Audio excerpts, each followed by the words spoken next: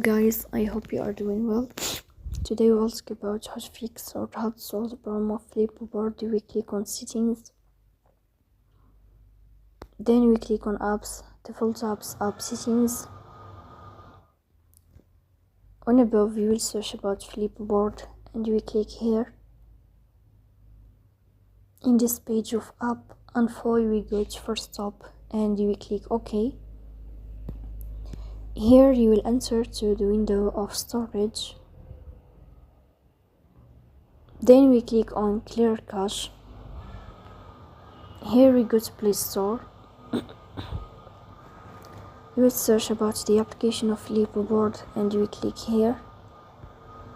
Then we'll uninstall your app and we will install it again. So that's all. Don't forget to support us by like and subscribe. See you next time and thank you for your watching and your attention.